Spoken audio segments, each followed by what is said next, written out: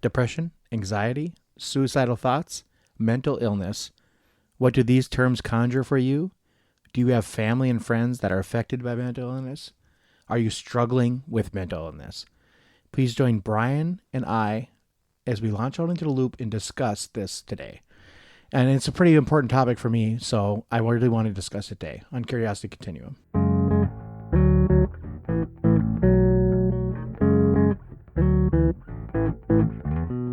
Hey everybody, this is Brian. And this is Josh. Thank you for joining us today on Curiosity Continuum. For those of you tuning in for the first time, Curiosity Continuum is a podcast and movement started by two lifelong friends who want to share our conversations with you that explore, examine, and reframe common practical topics that spark your curiosity, help you integrate information, and enhance your everyday contextual awareness in a constantly changing world. From there, you can listen to us, you can follow us on social media, you can interact and rate us, and we've had some great feedback, especially recently with some children, some adults, everybody from all walks and really ages of life, and it's great. It's really wonderful to hear, for sure.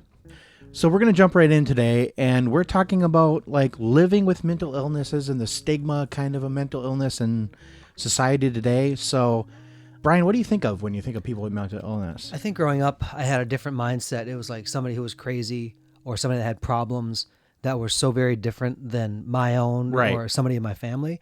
And I think at that time, my family, everybody has their stuff, and it's just the type of stuff you have. But then there are those that did, like my dad's side had some things going on particularly, and my own dad actually too. He passed of ALS in 2008. And part of the thing that went along with it, though, was a frontotemporal dementia, which we didn't know. So there's this subsection of ALS where the physical symptoms are highly accelerated, but then there's also things that happen that my mom didn't understand fully what was going on. And it wasn't like he was, wandering off, but like his food preferences changed and the way that he did things. Sure. He was a very, confident, peaceful guy, and he became very fearful on certain things. And anxious, and that was never my dad. And so those type of things, you go, it's not something that where somebody's trying to be that way. There's actually something that's going on that you need to, they need help. Right. I mean, and that's the whole thing. Like, I mean, I think Brian and I, we grew up in the late 80s, early 90s, mid 90s, all the way through the 90s we grew up. And mental illness was a real stigma. If you had mental illness, or you actually in your family even, people kind of looked at you weird, and they just kind of thought that maybe like you had a problem. Right. And it wasn't really understood. It wasn't really like, if you had cancer, wouldn't you just want to go get treated for cancer? Yeah. If you had something like that, you would never say, well, that's your fault. Right. Right. But for something like, hey, I have these thoughts, or maybe there's other things going on. It's like, well, what's wrong with you? Right. It's like, I just told you what was wrong with me. Right. Right. Why is that not an acceptable answer? I know. And then, and that whole thing, like, it was a little hard for me to kind of like shake that whole idea. I think in my family, for example, my grandfather had mental illness. He was clinically depressed. He was a World War II veteran. He had PTSD that was basically untreated for years, but he was also clinically depressed. He never slept a full night. Probably until maybe like a few years before he died, when he actually got treated for it. Wow. Yeah. I mean, he was always up. Him and my grandmother always had separate bedrooms. And I was always wondering why that was, because he could never sleep. So he would sit up and just watch TV in his own room. Yeah. So that's like the kind of, he wasn't like sick, quote unquote. It was just, he just couldn't sleep.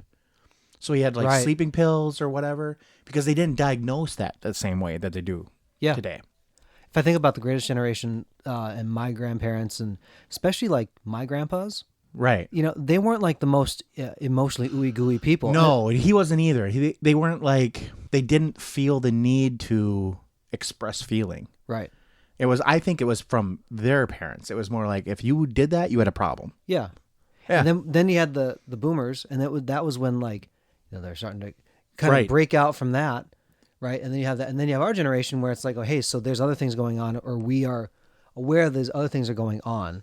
Right. Now you have information that's a little bit more widely spread, a little bit more Like if it's news media, and you're getting more world news and all those other Right. kinds of things. It's becoming more of like a collective consciousness thing where everybody's starting to recognize this. Yeah. So from that, I just kind of want to like just pull it back just a little bit.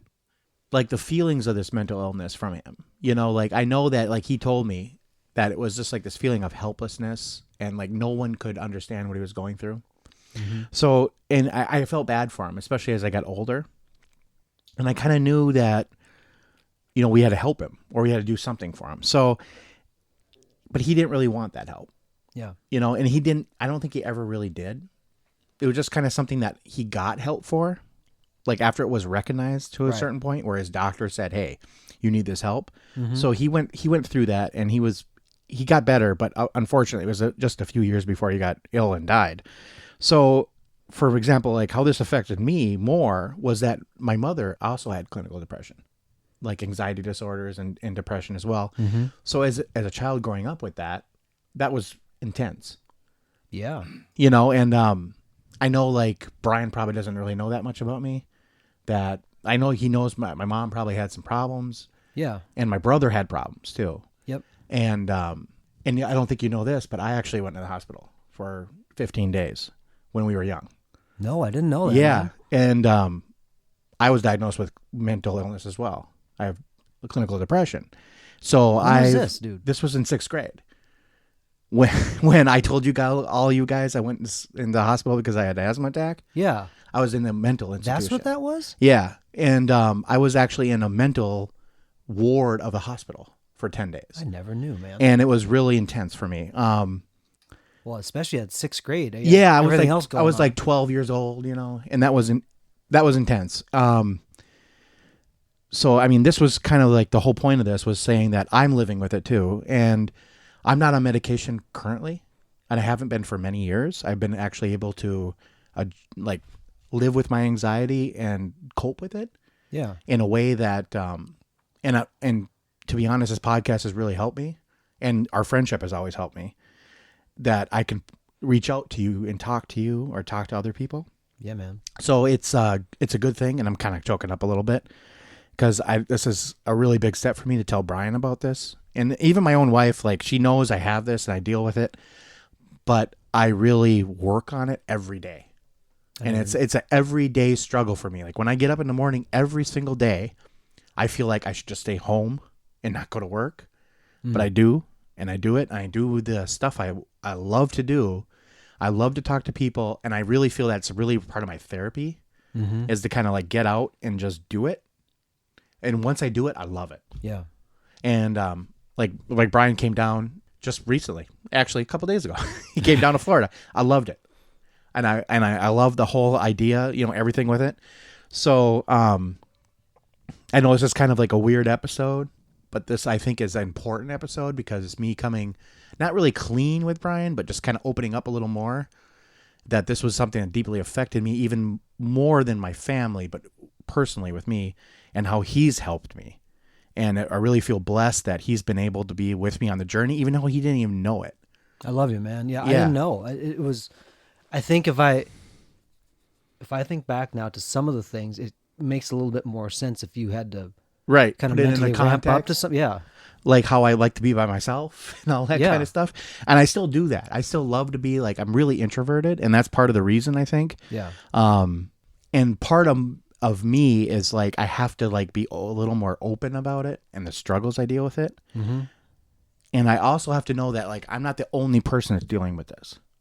Right. Like everybody who knows me deals with stuff, Yeah. like even my wife, Melanie, who I love more than anything. She knows that, like, even she's kind of that way too, like where she likes to be at home, but she knows that, we have to do things in life. I need to make money, or we need to make money. We need to go out. We need to do stuff. So this is kind of like it's almost like our own therapy in a way, and it works out really well. And it's been a long time, coming. So, Yeah. And years of your life where you've practiced it again and again and again. right. So like, I think when I first kind of like had this, I felt very ashamed about it. And that's why I didn't tell anybody. I was in like counseling for many years after that. And I was on medication for several years after that whole thing.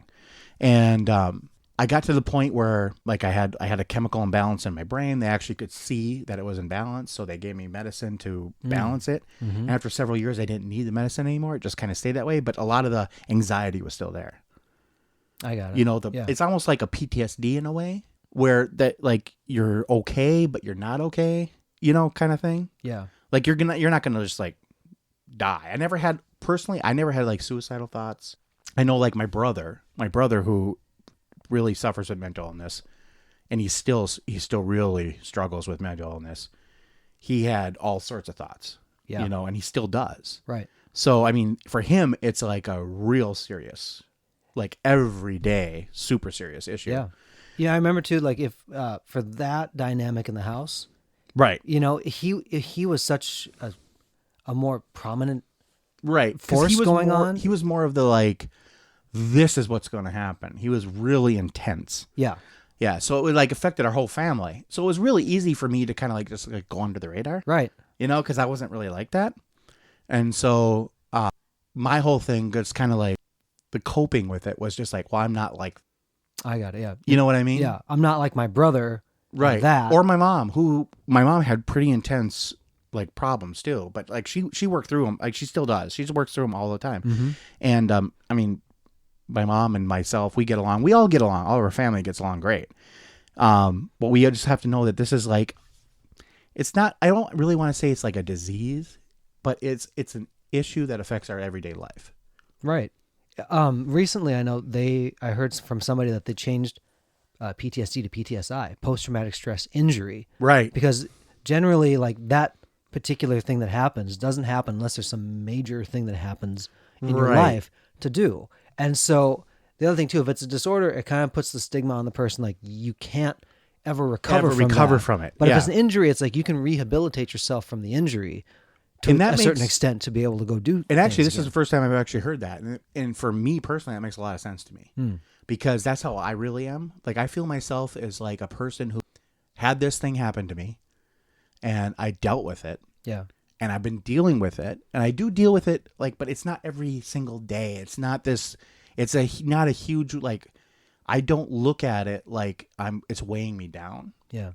I look at it like, okay, I got through it. Now let's move on and let's keep going. Yeah. So I mean, I know, and this is not a slight towards anyone who's listening who has any kind of mental illness that they struggle with every day, because I know that it's a huge problem and it's a huge issue, and I know that some people make fun of people with mental illness, and if you're one of those people that have done that or even thought about that, you have no idea like the struggle that it is. Like you don't even want to get out of bed sometimes. Yeah. You know, or like when I was really depressed, really bad, I would stay at home. I wouldn't go to school. I had a routine, and I did the routine every single day, and it was like.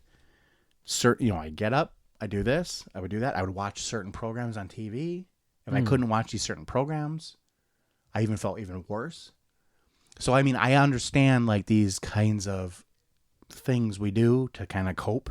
Yeah. You know, but if these are like the realities that you're like people are suffering with, they really do need to get help. There's help out there for you. And it's important you have a friend that you can reach out to. And if you feel that isolated, like there are people that care. Right. Totally people that care. Right. And I know like Brian, like he might be feeling a little, I actually kind of want to throw it back to him for a minute because I think he might be feeling a little slighted that I didn't tell him this sooner. No, I think what it did is I realized that there was a private place here. And, think about this, guys. It's like, it's 31 years. Yeah. 31 years to be able to share that. Like it's a process. Yeah. And so I'm grateful and honored that we've shared it in the room. Everybody's listening is going to hear this too, but like this is two guys in a room right now having this moment. Having a real moment, I think. Yeah. And I also want you to know if you guys are suffering with this, if you're having problems, please reach out to somebody. Yeah. It's not the end of the world. I know you think it might be, but it is absolutely not. And you have intrinsic value. Yeah. And you have worth, and you have things that if you're still living, that there are things that you need to contribute to this world. Right. And I know that we've been inundated with this kind of stuff in our society like for years. but you do have help. So I think with that, I think it's a good place to kind of just put a comma, huh, Brian? I think so too. If you're a friend, we never know all the things that maybe happen with our friends because we all have our own story that we're told. If you're a friend to somebody, keep being that friend because you don't always know the things that are going on with it. Until next time, this is Brian. And this is Josh. For Curiosity Continuum.